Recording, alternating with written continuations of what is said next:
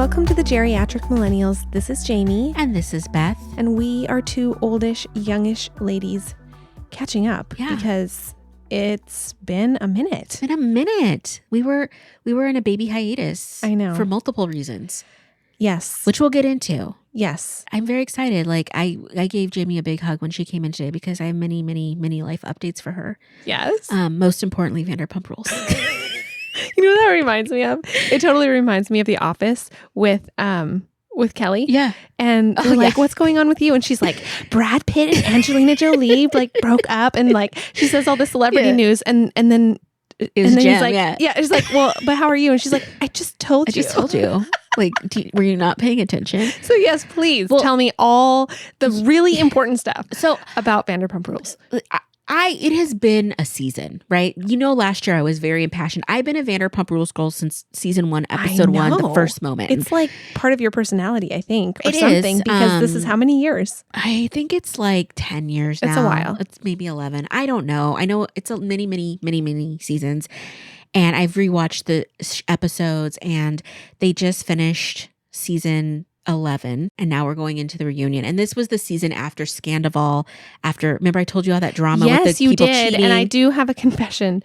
I mean, I still haven't actually watched any of it. I mean, shocker. I'm sorry, but I that name rings a bell. So let's go. Yeah. I want an update. So I was really hoping to break down this whole season. I had a big plan for like little bonus Geriatric Millennials episodes because you know what? Everybody wants to hear about Vanderpump Rules. I do. And by everyone, it's just me. And I'm watching the show. I'm listening to all the commentary. I'm watching all the TikTok.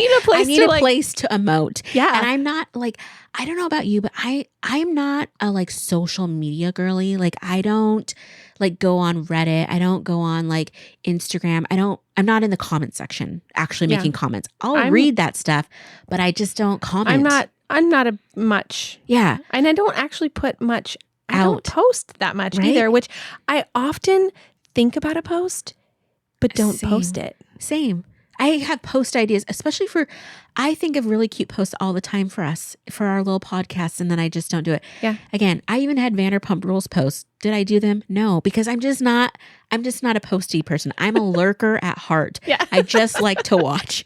And this season of Vanderpump has been mind-blowing. Really? Yes, because like, you know, we come off of last season and there was the cheating scandal and then we had this very dramatic reunion where everybody was against Tom Sandoval, who I'm going to refer to as Sandoval, who was the cheating partner of, Ariana Madix. Yeah. And I was just like, everybody was so into it. And it's just like, you just knew, like I knew that they were going to try and turn it on her this next season because that's what happens in reality TV, right? You go from the highest highs to the lowest lows. Okay. And this whole season like has really been set up to be his redemption arc of like how he's done all this work and is trying to make amends and not really though. And so many people were just like starting to hate on her. And it's just been like this wild ride that just kind of like came to a crescendo at the season finale where he really tried to make a move to talk to her when she said, her boundary was, I will not be having private conversations with you. I will not be talking with you on the show. Like we're done talking in life, on the show, done. And he tried to approach her and she just walked away. And then she ended up like walking out of the little like event that they were having and everybody was freaking out. And this one girl named Lala was like going off about how, you know, how can this girl get cheated on and think like, how do you become God after just getting cheated on? And you live in the same house with him and you won't record with him. And it was just like all of this stuff. Yeah. And I'm just sitting there just eating it up. Yeah. Like cereal, like tricks on a Saturday morning as a little happy kid when I was 8. Like, ooh, it was this so much drama and it was just really interesting. So a couple things that have come out of this that are really interesting to me is that one, what is it to forgive someone? And, you know, I think it's always pushed on us. Like you have to forgive. It's for you. You need to forgive and forget. Forgive. And it's like, no, you don't. It can be healthy to forgive somebody. It can be good and cathartic for you, but I don't got to tell you about it. I don't need to tell you I forgave you. Yeah. I don't need to have communication with you. I can like cut you out of my life and like let that part of it go without ever having to like have closure with you. And like there was a lot of that let's like closure type of, you know, they want that closure moment of that movie moment of where like we have the last big standoff. She made a very funny comment about how she was like the final boss in the video game he was playing. Like he had gotten to all the other friends to kind of get them back to either at least talking with him and like tolerating, or actually like on the path to being back to be friends, which is wild to me because they started shooting this 3 months after this like huge cheating scandal. You know, one of these girls named Sheena, who was friends with him before, like he was kind of, it alludes to that he was kind of pushing the girl that he cheated on, Rachel, to help like file this restraining order against Sheena because there's an allegation that she like shoved her or punched her or something.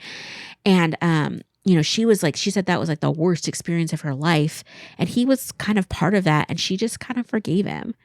Mm-hmm. And she forgave him because he like paid for an audio engineer because she was doing like a little concert, and he had like given her money during the pandemic, and such a good friend and all of this stuff. And it was just like, yeah, I don't know if I don't know if your partner did all that, I would never be friends with them ever again. I would never talk to them. And like, I might be able to like let it go so I could be in the same room with them. But guess what? I'm not forgiving anyone anymore. Okay. Like, that's what Vanderpump Rules has taught me. Just don't forgive. Like in some ways I don't see the point. Like, you know, I don't know. What is your thought on forgiveness of like truly horrible behavior? I think that it depends because, and it depends on what your definition of forgiveness is. Does forgive mean that you say that it's okay? Right? I don't think so. I would hope not. No. I think a lot of forgiveness has to do with your own, what am I trying to say? Like peace? Yeah. And if you're hanging on to something, it can continue to like eat you up. It's like that saying where it's like, you know, like revenge is like drinking poison and expecting the other person. Yeah. So I think it's kind of like that. I do think that there is a healthy thing that happens when you can forgive, but it doesn't, but you don't forget. No. And just because you forgive someone doesn't mean that you need to keep them in your life and then you just continue having a relationship with them necessarily, you know? I mean, but it's a beautiful thing when you can, and it's a mutual, I don't know. I think there has to be like so much growth on both people's parts. Yes, and I think that's why it depends because, Yeah. To me, I've seen very little growth from this person just based on, again, I'm only seeing television, right? We're only seeing a sliver of life. But it just doesn't seem like a lot of growth. And for me, it's like I've been in relationships with friends and others, and where it's just like somebody does you dirty, and it's just like, okay, I can let go of my anger and my hurt, but I'm never letting you in again. Like there's always going to be a boundary now. Yeah. Well, and I also think it depends on the person who did the wrong and what their stance is. Yeah. Are they justifying it? Are they sorry? Are they trying to make repair? You know what I'm saying? Oh, absolutely. Well, the fascinating thing about this cheating thing is like the way that they phrase it now. This was a 7 months long affair with someone she considered to be a best friend in their house when she's at her grandma's funeral. He had done it with other partners. He's, you know, who knows, like she's brought up a really good point. So basically like he was sleeping with other people, but sleeping with her still, not using protection. So she's like, he could have exposed me to a deadly STD. Right. You know, that's not consent if you're doing that. And I was just like, that's a really interesting way to look at it. But the way they started phrasing the affair was like, it was almost like it was like a one-time thing, or was just like it wasn't 1,000 choices, you know, like it was just like, oh, it's like we just hooked up, like you need to get over it. Where it's just like, I'm sorry, but if my boyfriend or my husband or my fiance or my life partner or whomever I'm with, like cheated on me with one of my good friends or someone in our friend circle for months at, you know, when I'm at a funeral of family members, right after one of my cats died, and you, like Jayme, you went and like started hanging out with them, I would be so hurt. Yeah. Like, and it would make me question your judgment, even if you were friends with them before. And it sounds like there's a lot of interrelationships. There's a lot of, yes. I mean, so this was all like at the finale, or this is a reunion? Like what? So all of this last kind of blow up was at the finale. Like they were just at like this one of the like one of the kind of the side friends was launching an alcohol or something. And so they were all kind of there filming. And, it just was kind of coming to the head with like all these, all these conversations that had happened. And it was just really interesting. Like, I feel like I'm doing a horrible job explaining, but I just have so much in me with it. And it's been a full season. Yeah. Like there was a whole thing about where there's this other guy named Tom Schwartz, and he was married to this girl named Katie Maloney, who's like gorgeous, like just like Amazonian queen. What do they call those ladies from like who's that lady? Wonder Woman. Yes. Like that type of girl. Like, it's, very like that. Anyway, but like they were married and they were together for many years. They were married and then they got divorced. And the big thing that they got divorced about, as it appears to me, is that he never had her back. He never stood up for her. He never acted like he liked her. He didn't hold her. He didn't, I just can't imagine being with somebody that never would back you up, always throw you under the bus. And then he was one of those guys that his charm was being like Peter Pan little boy, like, I'm just so charming and cute. I'm like a little puppy dog, and everybody would just give him a pass. I don't even like this person right now. Yeah. I don't get it. I don't either. Like, I think he's one of the hardest people to like on the show because he just time and time again, he would say the most hurtful things to the women on the show. I remember one time he told this girl named Lala, like, you're like a wannabe housewife, like look at your lips, like always would say stuff like that. Another girl, he called her a wannabe Kardashian, and like just like really would diminish people. And that's one of the problems with Vanderpump Rules, is that they really never hold the men on that show accountable. Like, it is a very like the women always are pushed down on that show, I believe. Like, and I've been rewatching from the beginning again, and it's just like time and time again, the men do horrible things. And even production doesn't seem to really hold them accountable. They give them really good edits at the end of the day. Like, even after doing horrible things, they always give them a chance to be better. And they consistently go after the women and make them look like either crazy or like, they're making too big a deal out of it. Like, one guy cheated on his girlfriend, like went to Vegas, got another girl pregnant. Then he like, while right after they had gotten they were broken up, but still fresh, he slept with like actually Tom Sandoval's girlfriend at the time, who was, his ex-girlfriend's best friend. And they hid it and they lied about it. And then it finally came out. And then it was this girl named Stassi. She was like the one that was like cheated on and hurt and betrayed. And she kind of lost all of her friends because they were just like, you just need to forgive. Like, it's no big deal. And that was like back when this show first started, when they were in their 20s. You fast forward, they're in their late 30s and 40s now. And it's just like, it's kind of same old. And it's just, again, the edit that the men get just tends to be better. And I don't know why. we like, I think that's our society. On the women. It's patriarchy. I think that's why. It's been really frustrating because like, these two people bought a house together, Ariana and Sandoval. And everybody's like, why don't you move out of the house? Why don't you move out of the house? And it's just like, maybe her lawyer said, don't move out of the house because you're trying to like, you don't want to like give up your stake. Not that it would, but I don't know real estate law. Like, right. I think it gets really complicated when you're not married and you don't have an agreement and you have to like divvy up property and there's not an actual like divorce, it makes it harder. Right. Yeah. And people are just like, she should move out. I'm like, why shouldn't he move out? Yeah. He's the one that did. That's the big thing. People keep like putting the onus on her to forgive, to move out, to get over it, to like, to film with him. And she consistently throughout the season was like at group events with him. She distanced herself. She would say, don't talk to me, all these things. But she was consistently doing that. And it's just like the onus was always on her to make changes. And I'm just like, why do we do that? It's so frustrating. Yeah. So why do you like this show? I don't know. It's so good. The drama is high. I've been with these people since, I started watching this show. I think I started watching the show right after my dad died, and he would have loved it. My dad loved reality TV. He was a big Kardashian watcher. Okay. And I remember I was living in Chicago and he was here in the hospital, and one of my girlfriends went to the hospital and would like visit him, and they would talk about the Kardashians and like I mean, when I was growing up, my dad and he always watched soap operas, but I would watch soap operas with him. And like, there was a soap opera called Swan's Crossing. It was like in the 90s. It starred Sarah Michelle Gellar. I think it only lasted like a season, but it was like a full-on soap opera with teens.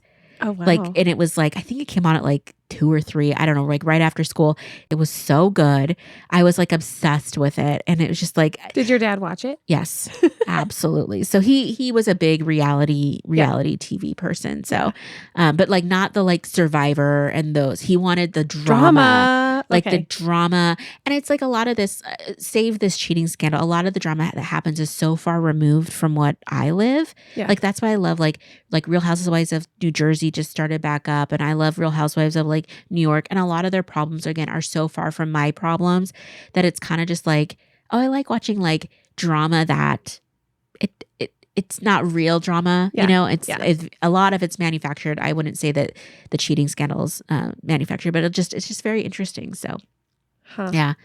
Anyway, it's just been a fascinating season. I feel like I did not even do it justice, but there's just like I think the thing to remember is like, not only is there the show, there's an after show, and then all of the cast pretty much has their own podcast. So they've been sharing about the show too. So I've been like, do you listen to them? Yes, all of them. And then I'm looking at different recaps and just different things. And it's just been so much to process. Like I'm almost to the point where I'm almost Vanderpumped out, which is a lot. You've almost reached your limit? I've almost reached my limit. So I noticed I've been scaling back a little bit on TikToks and stuff. I just need to get to the reunion and then I'll be great. But they are doing like a little hiatus. So they're going to take some time off, which I think is really good to let people live life. Some people are saying the series is going to end. I don't think so because this is like the highest rated show on Bravo right now. I think that they're going to give them time to go live life and then come back together and then have new stories, you know, like, because it's kind of like beating a dead horse at this point. But so is the season still going? It's still going. So they're right now in the reunion portion. So all the episodes have aired and now there's 3 reunion episodes. And here's the kicker though. So Vanderpump Rules is on Bravo. So that airs on Tuesday nights on Bravo. But because Peacock is their sister or whatever, it also it comes on Peacock on Wednesday mornings, except it's an extended version. So it's very problematic because there's some people that only watch the Bravo version and then they're not getting the whole picture because if you watch the Peacock one, there's extra scenes and they explain stuff. So you're just like a little bit more. So it's just like you got to really watch the Peacock one. It just takes up so much of my, like, I don't think about it a lot, but the fact that like one of the only things I look forward to in life right now is Vanderpump is very telling. But it's just like, I get so happy for these people, like that they're out there living. I'm like, maybe you should go live. I'm like, they're opening sandwich shops. Like Ariana, she was on like Broadway and this show, Chicago. She's going to be the new host of Love Island. She has all these collabs, all this stuff. And I just watch her. I'm like, you go, girl. It's like a really strange parasocial relationship, you know? Yeah. And then like, I'm like, maybe you should go, girl. Maybe you need to go out of your house and go have a little adventure. Like, okay, you're not going to be on Chicago, but at least you could, you know, take a stroll around the block and maybe need a new friend. I mean, it's not a bad idea. No, but I just love Vanderpump so much. Like, again, it is everything I want it to be and more. They also started a new series, a spinoff called The Valley, which has some former Vanderpump people in it that were very problematic. That show's a dumpster fire, and I love it. Like, I just these people will be at a party with their friend. I'd be like, you're an effing bitch. And then the next day they're getting coffee. And I'm like, if one of my friends yelled at me like that, right. I could, I would be like, I would not come back from it. I would start crying. And they don't even start crying. They just go right back and they have all these like, I mean, it's fascinating. It's so interesting. I think it just takes a special personality to be on these types of shows because it's like. It must. I mean, I honestly think about like my friend group, or I think about the friend group that we had when we were like in our early 30s. It just would have, I mean, it would have been funny, but the drama would have been so different. Yeah. Also, it would have been very churchy, I feel like. Well, I'm just going to pray for you. Okay. I'm going to need to pray on that. Like, it would have been so like maybe cringe inducing at times for that kind of stuff. But okay. So how many of the reunion things have you seen? So the reunion is starting the week that this episode is going up. So as of right now, none. Okay. Yeah. So the next one will be on Wednesday. Right after this episode airs. I'm very excited. I actually watched the first 7 minutes because they do these sneak peeks. I try not to because then it's like, you know, you've watched a chunk of the show already. Yeah. But I started watching it and I'm like, it looks so good. And the fascinating thing is like, so usually they give the cast like the entire, like they give them like access to the episodes and they have to watch a bunch of them ahead of time. But they like reserved part of like this finale or something that they're all going to watch together for like instant reactions. The cast watches their own show and then they get filmed watching their show. So this time around, yeah. So it's like, so before the reunion, it's typically like us listening to our podcast. Yeah. Kind of. Yeah, but it'd be different somebody watching us listen. Yeah, but it's different because it's like if you were doing a side interview with and be like, you know what? I really hate Beth and I hate her voice. And then I was hearing it for the first time, all the stuff you're saying. Because that's been the whole so there's a lot of backstabbing and all that kind of stuff. A lot of backstabbing. And it was really interesting. Do you think it's real? Oh, yeah. I think some of it's manufactured. I mean, and some of it's not because, you know, people play up for cameras and whatnot. But I think at the core, it's a real thing. Ariana Maddox was saying how like she didn't watch the show really before the reunion because she was starring on Chicago and she was doing 8 shows a week and she needed to focus. And so she didn't watch all the episodes, she said, before going into the reunion. So she's going in thinking like the girls are like the Spice Girls, like they had this united front and they were all doing good. Well, the whole time, Sheena and Lala, Sheena is like one of her best friends and Lala, she's close with too, have been talking crap about her the whole time. Oh my gosh. So and she didn't even know. She didn't know. So in all the interviews, you're hearing this. And then like she slowly started hearing more. You could see the shift and she did some PR. She was on Andy Cohen is the guy that like he's like the big Bravo guy. And he does all the reunions and he's a producer on a lot of the shows, but not Vanderpump. Anyway, he had her on his after show called Watch What Happened Live. He brings out all the Bravo celebrities. And anyway, the way she was talking, it's like, I'm in a cult. Okay. Yeah. I'm in a cult. It's real bad. And anyway, but you could tell that she'd like started to see some of the like footage and it's just like not great, you know, like, yeah. And that's one thing I can't imagine like, I mean, having that experience. Everybody talks crap a little bit, right? But I can't imagine like watching a show back and now I'm seeing all the moments where my friends were talking crap about me. Because I think talking crap is a natural part of relationships. Like things happen or you're sharing and sometimes it's serious, sometimes it's not. It's just kind of like what happens. Like, you know, God bless, you know, my future husband because he's going to get an earful every day about every person I know. Because it's like, and it's not to be mean. It's just like, you'll never believe what so-and-so did. And then it's gone and I don't think about it ever again. You know, it's like, it's whatever. But I can't imagine those conversations filmed and then that person watching it. Right. No kidding. Because then it's like, but that's the weird thing. They film these and they know they're being filmed and it's going to be showed. And they'll just be like, yeah, she's just being like a bitch. That's why I'm wondering if they do that on purpose. But I think, especially this season, I think this girl Lala, I think she was producing a little bit and like trying to like, I don't know, she kind of... She acts real tough. She's like, they make fun of her a little bit like on the internet because she's from Utah and her real name's Lauren. So they call her Lauren from Utah because sometimes she'll put on a little bit of a black scent and be like, there's like a famous meme of her where she's talking about someone. She's like, you don't want to get popped and like puts her hand in a gun and like acts all tough. And it's just like, ma'am, you're from Utah. Like, I don't know. So sometimes she goes a little over of being like she used to say too, she was like Tupac reincarnated and all this crazy stuff. And sometimes just like, I need you to stop. Like, it's embarrassing. Yeah. But she's also beautiful and has like, she's having a second baby and she's a little makeup empire type of thing. And I'm like, good for you. Like, I mean, you're winning at life. I'm sitting in a room talking with my friend that never seen your show about my obsession with your show. So clearly, but it is just fascinating to watch and how they navigate. And again, like, I do think you have to almost have some type of personality like issue, maybe disorder to be on those shows.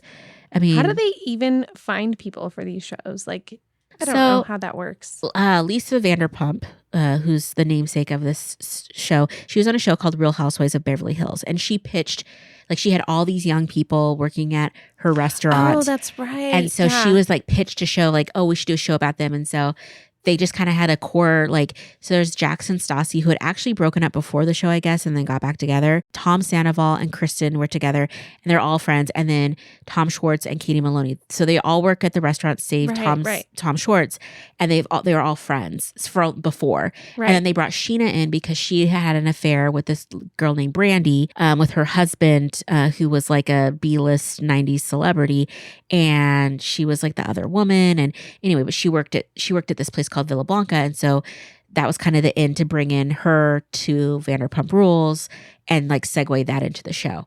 I know too much about these people. I just want to say, I just want to say, as I'm talking about it, I'm like, oh my gosh, this is too much. You know a lot. Yeah. I mean, it sounds really interesting. I think I should just Google so I can at least see the cast. Like, yes. And put a name to the face. A face to the name. Yes. And you need to, I'm going to send you a TikTok because somebody recently did good.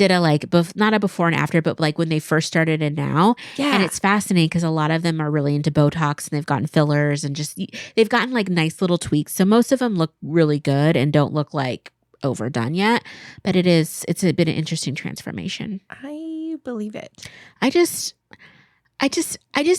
sad that in my life, my brain latched onto Vanderpump and not like coding.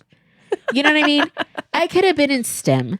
I could be right now working in AI and developing software and writing code and doing things to make the world a better place. But instead, I know all about Sheena Shea's life.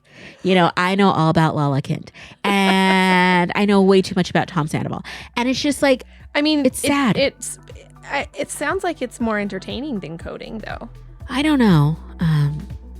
It's definitely more dramatic. That's for sure. Yeah. So anyway, I'm just excited. We're in the final stretch of Vanderpump Rules, and then I'm free. I'm free, Jayme. To live my own life. Real life. Hey, if you're enjoying this podcast and would like to support our show, you can share episodes with your friends and family, follow us on Instagram at the Geriatric Millennials, or leave us a positive review and rating, all which help us to grow. Our theme music was created by the Finley Ghost, so check out their latest album now. Thank you so much.